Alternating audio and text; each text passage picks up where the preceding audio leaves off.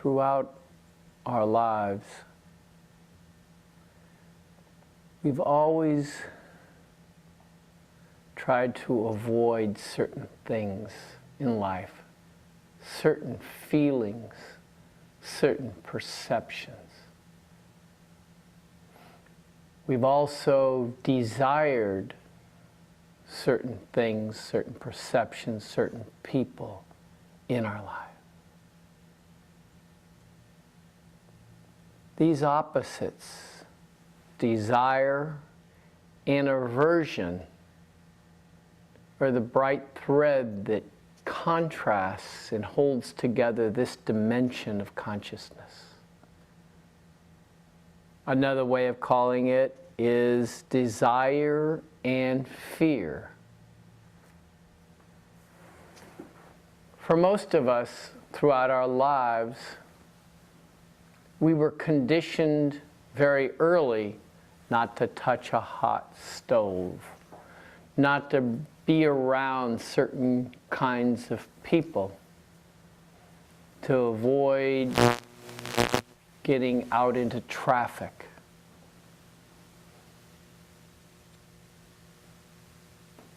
All these things that we learn to avoid, and in some cases, and in many cases, it was good for our survival at a very early age. But it triggered a reaction in us, fight or flight, which is an ancient reaction still woven into the physiology of mankind. And it was very useful in a time in which, when you ventured outside the village, you might be chased by a saber-toothed tiger. But this fight or flight, or this pushing away, other than for the safety of your body, has moved into a very predominant area of your life. It's become so overwhelmingly important, pushing that which is uncomfortable away and trying to only get those goodies that are comfortable. So we have two prongs, opposite. The Buddha says the cause of all suffering is desire and aversion.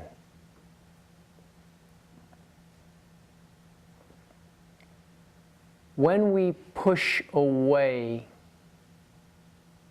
anything, other than when it's for our actual safety, but that's an interesting perspective. The mind can see a social situation as dangerous as a car coming at us. And when we take that response into relationships, into jobs, into raising children, into life itself, then we become bound to this reactive fear that was really only meant to react to physical safety, but has now moved into social, emotional safety in our life. We're conditioned, shaped, and molded not wanting to experience this discomfort. It's a habit. And so, what we do is we find ourselves in a prison. In this prison, we're always pushing away certain parts of life. We're always running away from that which is uncomfortable and chasing which that appears to be pleasurable and most comfortable. Now there's a little trick in this, a little problem with it. That which we're chasing that appears to be most comfortable might be a person, might be a place, might be a thing. That which we desire and we get, once we get that desire and we feel good, then we need a new desire within a few minutes or an hour or days or a year. We need a new person, place, or thing. More money, more status, more power. And so we're never satisfied in chasing these desires. We've talked a lot about we'll never find absolute happiness in form. Relative happiness for a small amount of time because it's in time and space. So the illusion is that if we chase and we get enough money, we get the right person, we get the right house, we live in the right place, that we'll be happy. And yet, trying to get that happiness and keep that happiness is like trying to grab water. It squirts right through your fingers. So we find ourselves imprisoned in desire on that level. And then the level of aversion. We're trying to avoid the bad people, the bad things, the bad situations, until we find ourselves imprisoned in that idea of what is bad based on our conditioning, our training, and the distortion of our fight or flight response. Pushing away. Pushing away.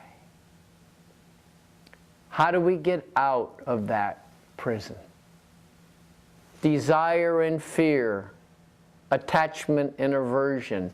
How do we get out of this conundrum, which is of relative life? It means relative.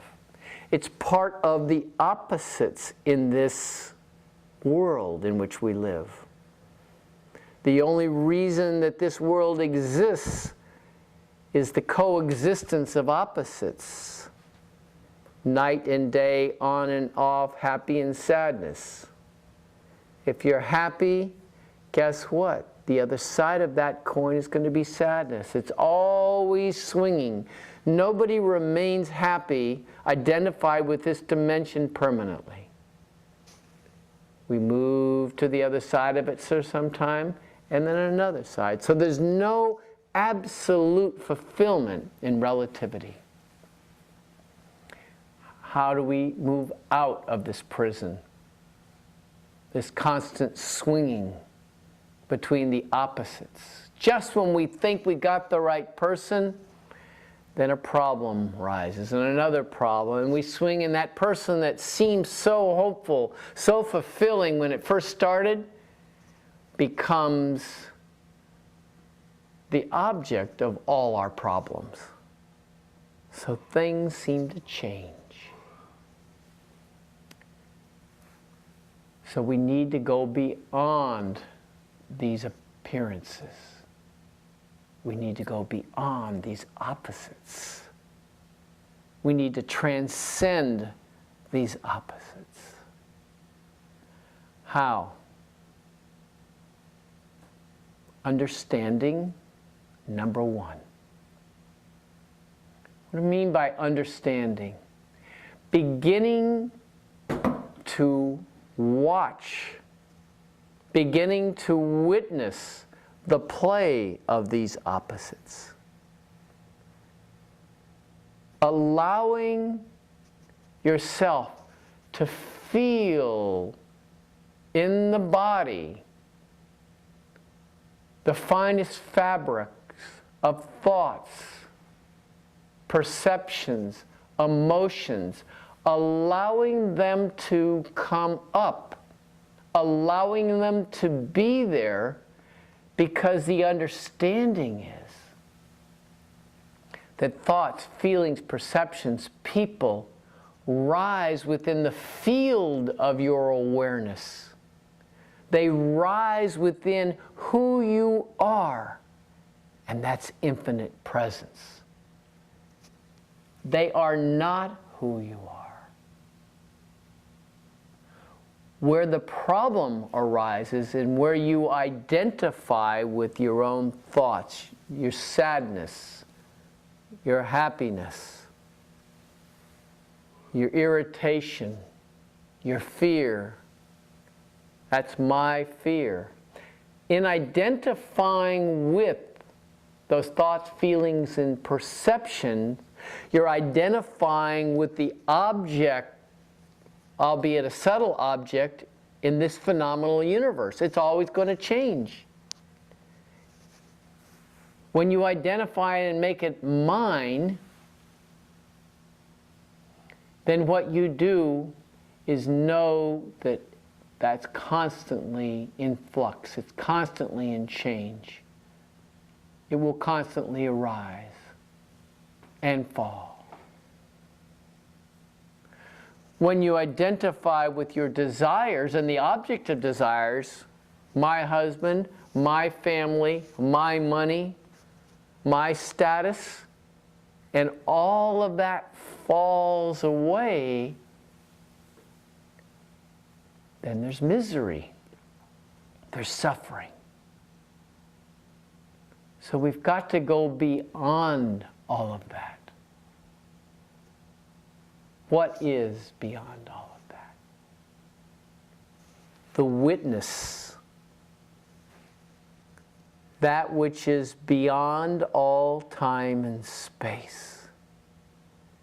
Your essence, that which is beyond complementarity, metaphor, or comparison. That which these words are pointers to. These words point to your essence. That essence that you were when you were 5 years old and you'll be when you're 80. That essence that was here 10,000 years ago and will be here 10,000 years from now. That permanent, self-effulgent, divine being that you are. That livingness, vibrating intelligence, formless and still. That's who you are. Arising within that infinite field of pure awareness are impulses. Impulses of intelligence. The first impulse is mind. The first scintilla of separation is the thought, I am. Validating, making self-evident your existence. Otherwise, you wouldn't even be thinking about these things. Now there's duality. And now there's mind. And now the clear light of this livingness, of this self-lit beingness, flows through the mind like a light through a prism and projects out and creates the world of thought, form, perception, place, time, and space. And now life as we know it has manifested. And then that I am that you are, that the mind can even say does not feel so comfortable just resting in the I am. So over time it creates a series of stories orbiting around the I am, the integral thing that we call ego. It orbits around it. Events, stories, values, judgments that are glued together with this sense of I-ness and separateness. And we take ourselves to be this separate entity called I. When examining the validity of this I, the truth of this I, this me, attempt to locate it. Attempt to locate it in your body. Is the I your ear? Is the I your finger? Is there a place in your mind you can locate this I? Or is the I simply a collection of memories, images, ideas, fashioned, sculpted, conditioned together by the past? And if you come to that realization, then you realize that this I image appears within some field. It must appear because you can see it. You can observe it. And when you can observe the I image or the ego, that which observes it is the witness.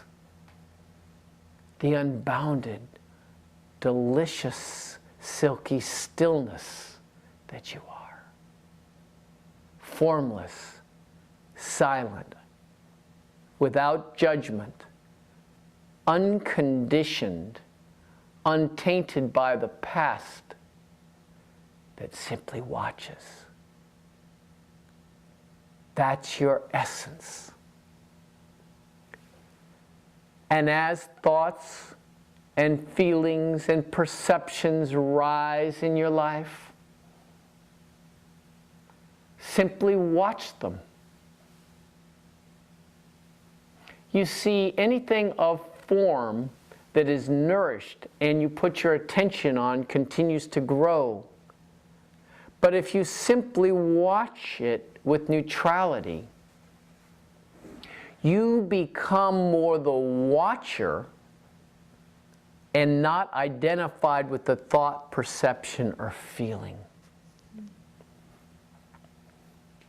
So simply become more aware of your awareness. As you become more aware of your awareness, consciousness becomes conscious.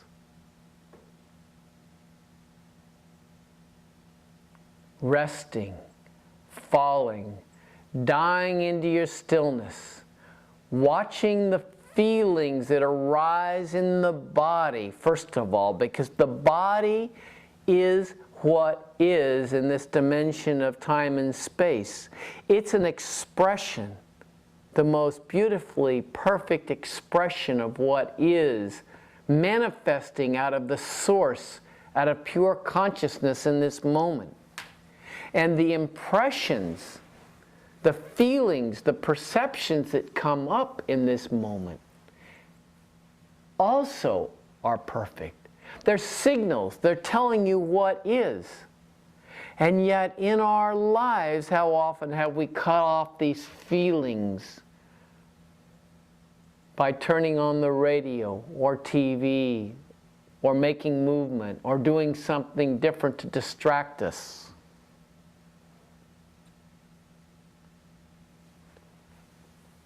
When we engage on the path of liberation, freedom, enlightenment, it's time to open the jailhouse doors. Open up to the subtlest, the most toxic, the most so-called negative, because negative is opposite of positive, feelings in the body. Rest in them. Watch them, because they aren't you. They appear within you for your being. And the more you rest in your being, watching thoughts, fears, anxieties, the more you become being, and just like being the light, and these thoughts and feelings and perceptions being the shadow, when you shine the bright light on the shadow disappears. It becomes absorbed in the light, that which you are. And what is this light? This light is love.